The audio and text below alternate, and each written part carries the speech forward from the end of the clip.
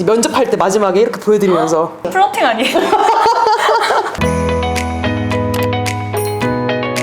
안녕하세요. 저는 오늘 민튜브 사회를 맡게 된 임예지라고 합니다. 오늘은 신입 변호사들의 사적인 자리에서만 공유되었던 이야기들을 나눠보려고 하는데요. 변호사 진로에 관심 있는 학생분들, 로스쿨에 재학 중이신 분들, 그리고 이제 갓 변호사가 된 분들을 위해 민변에 소속되어 있는 전연차 변호사님들을 모셨습니다. 오늘 생생한 합격과 수습, 취업과 이직, 그리고 분투에 대해 이야기 나눠보려고 합니다. 반갑습니다. 반갑습니다. 수습이 끝나면 역시 취업이 최대의 고민일 텐데요. 여러분의 취업 및 이직 이야기를 나눠주실 수 있을까요? 박지아 변호사님은 수습처에서 계속해서 근무를 하신 거죠? 맞습니다. 저는 애초에 법률원만 가고 싶었어요. 예. 왜? 약간 대학 때부터 이제 갖고 오던 신념이 있었고, 저희가 지도 시스템이 되게 잘 돼 있어요. 성장도 할 수 있고, 그리고 저는 사람이랑 같이 일하는 거 되게 중요하다고 생각하는데, 제가 여기서 실무수를 해보니 구성도 되게 좋아.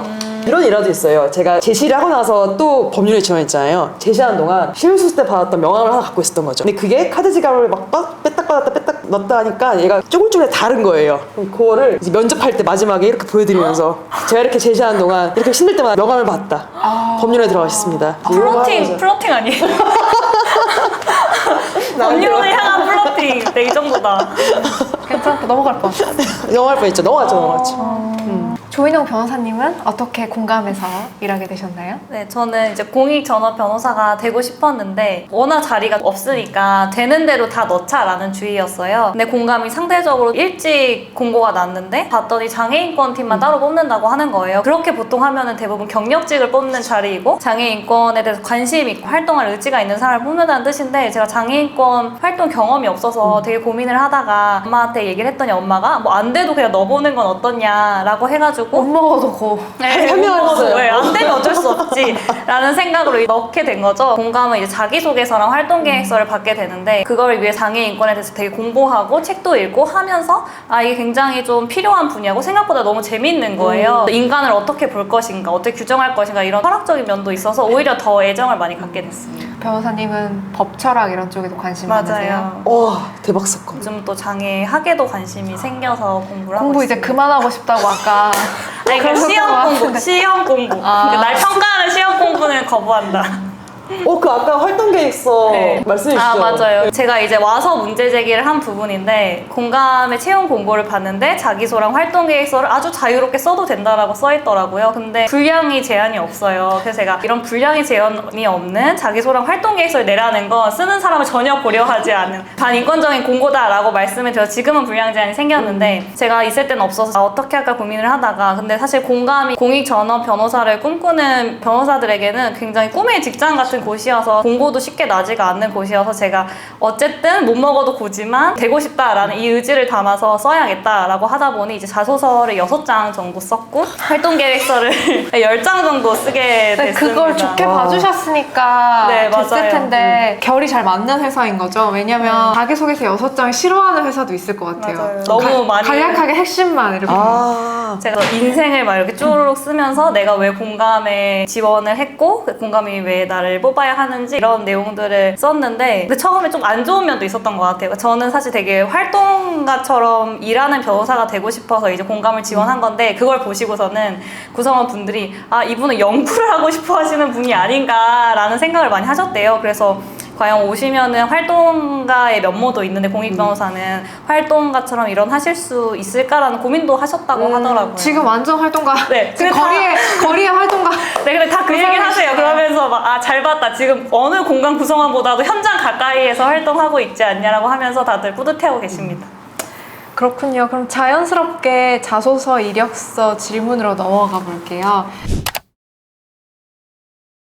박지아 변호사님은 자소서, 이력서 혹은 면접 과정에서 본인을 각인시킨 그 명함 얘기에 더해서 좀 팁이 있다면 공유해 주세요. 저희도 이제 자기소개서와 이력서에 양식이 없어요. 그래서 편하게 쓰면 되는데 코로나 때여서 면접이 화상으로 이루어졌어요. 면접을 기다리면서 한번 녹화를 해보니까 제가 화면을 바라보면 사실 딴 데 쳐다본 것처럼 보이더라고요. 그래서 그걸 깨닫고는 면접위원들 얼굴 하나도 안 보고 이 구멍만 보고 얘기를 했어요.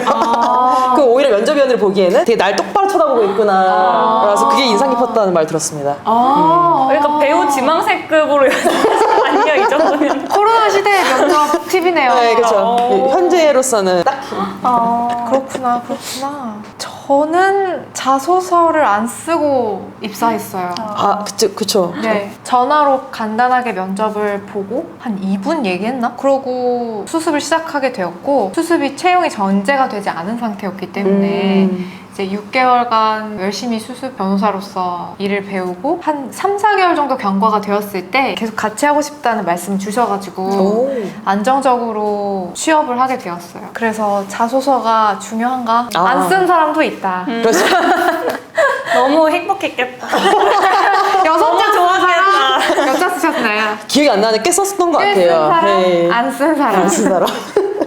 아까 이런 얘기들이 잠시 나왔던 것 같기는 한데요. 지금 다니는 회사를 선택한 이유, 그리고 내가 회사를 고를 때 중요하게 생각하는 기준을 좀 여쭤보고 싶은데 조인영 변호사님 먼저. 저는 공감을 선택하게 된 게 가장 먼저 설립된 공익 전업 변호사 단체이기도 하지만 저희 그 이사장님이 계신데 이사장님 별명이 위대한 반역자라고 하더라고요. 공감의 활동을 봤을 때 모두가 이게 맞다고 했을 때 사실 아니라고 하는 게 정말 힘든데 공감은 약간 그럴 수 있는 조직이고 지금까지 그런 방식으로 활동을 해와서 약간 소수자의 소수자까지 챙기는 활동들을 많이 하고 있어서 근데 또 제가 반대하는 걸 좋아하거든요. 대립하는 걸 좋아하진 않지만 약간 반대하는 걸 좋아해서 나랑 좀 결이 잘 맞는 것 같다라고 생각을 해서 지원을 하게 됐고 공감에서도 또 결이 맞는다고 생각을 해주셨던 것 같아요. 그러면 박지아 변호사님은 혹시 회사를 선택할 때 네. 중요했던 거? 법률원은 좀 회사라는 느낌이 좀 적긴 해요, 기본적으로. 저는 선택할 때 저는 되게 힘 있는 운동을 좋아합니다. 다 같이 똘똘 뭉쳐서 그런 걸 좋아하는데 어쨌든 노동운동에서 저는 노조운동 되게 중요하다고 생각하고 당연히 제일 노조를 생각하게 되는 거죠. 그리고 법률원은 특히나 노조에 문제가 생겼을 때 먼저 달려가는 저 법률가들의 단체이니까 저한테 가장 좋았고요. 그리고 저는 어느 한쪽에 꽂히면 확 가거든요. 그래서 저는 항상 제 주변에 좋은 사람을 둬야 된다 생각하는데 안 그러니 꽂히는 게 방향이 굉장히 잘못될 수가 있어요.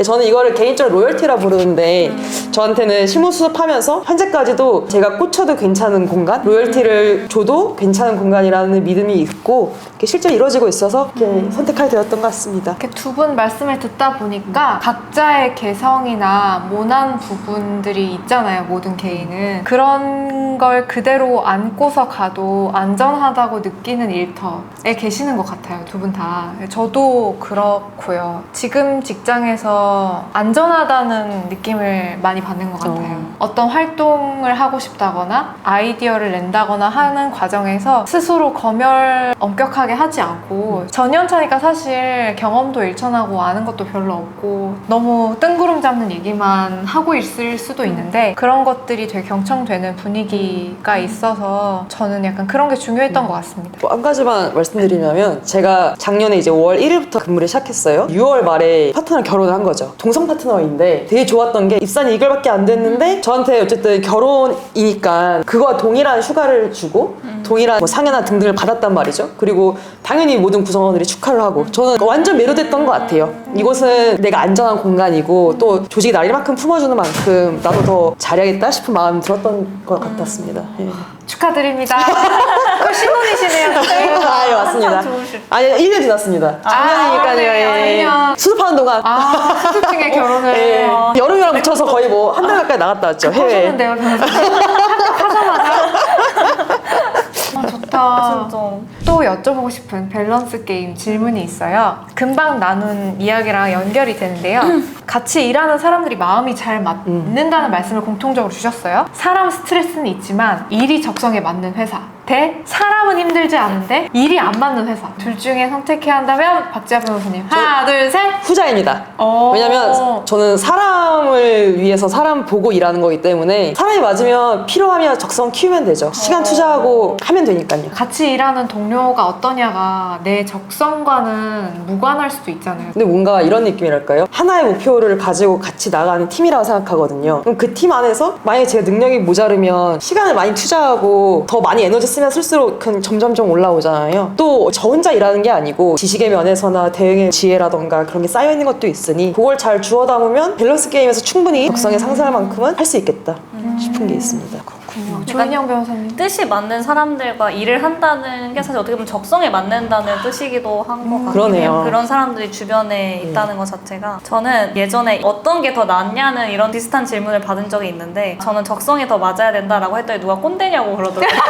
그러니까 일 잘하는 사람이 더 좋냐 아니면 사람 좋은 사람이 더 좋냐 제가 했는데 제가 일을 못하는데 사람 좋은 게 무슨 소용이에요. 혹시 요즘 유행어로 치면은 이렇게 얘기했더니 꼰대냐고. 네, 그 진짜 T예요. 네, 진짜요? 그 ENTP여가지고. NTV였어? NTV예요. 그래서 T이긴 한데 저는 전자. 전자. 네. 전자. 저는 일이 신나야지만 제가 너무 좋고 그래서 일할 때 제가 되게 좋은 에너지를 주고 싶은데 그게 적성이 만약에 안 맞는다고 하면은 그걸 조금 못할 것 같아서 네, 전자인 것 같습니다. 하지만 공감은 너무 좋은 분들이 많이 둘 다 갖고 있습니다.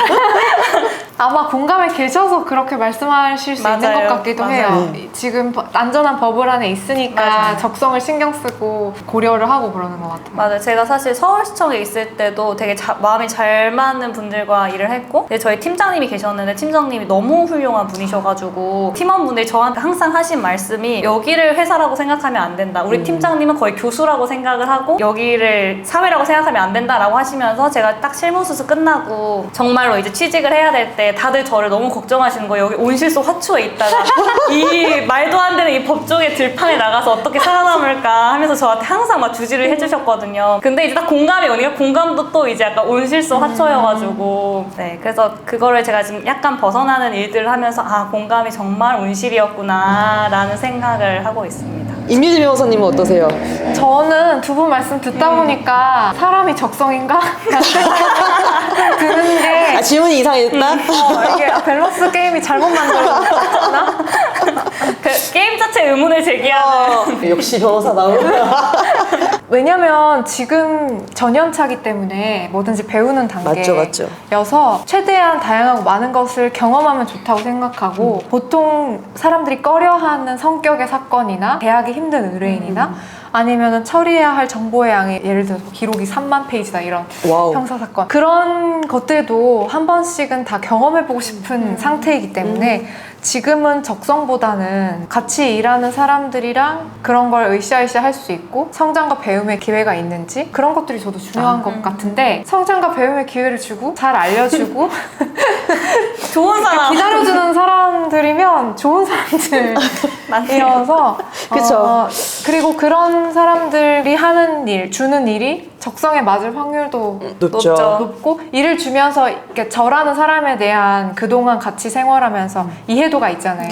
이 친구의 관심, 성향, 성정 이런 걸 생각하고 그러니까 저는 가끔 야근을 하다 보면 제가 이 얘기하니까 저희 사용자께서 되게 오버하지 말라고 하셨는데 그러니까 일을 하면서 일을 준 사람의 마음이 익힐 때가 있어요. 오. 나한테 이런 걸 배우라고 이 일을 준 것 같다는 그런 생각이 들어서 사람이 적성 같기도 하고 그러네요. 근데 저 갑자기 들으니까 사람이 적성 같다는 생각이 들었어요. 그러니까 말씀하신 것처럼 제 공감에 있어서 그렇다는 생각이 많이 드는데 저희 팀장님이 계신데 제가 팀장님 항상 그러니까 오피스 마마라고 하거든요. 오피스 시스터 넘어가지고 약간 그 우영우의 오피스 파파라고 하잖아요. 그것처럼 오피스 마마라고 제가 부르는데 처음에 왔을 때부터 계속 저한테 어떻게 다양한 사건을 접해볼까 이렇게 다 해주시고 모든 장애인 단체들에 가서 네트워크를 쌓아가는데 갈 때마다 모든 곳에 가서 저를 소개해주시고 회의 가서 막 어떤 사건들이 돌아가면은 저한테 항상 옆에 앉아가지고 아, 이 사건은 이런 사건이고 이렇게 다 설명을 해주셨거든요. 그래서 제가 좀 빨리 또 적응할 수 있었어서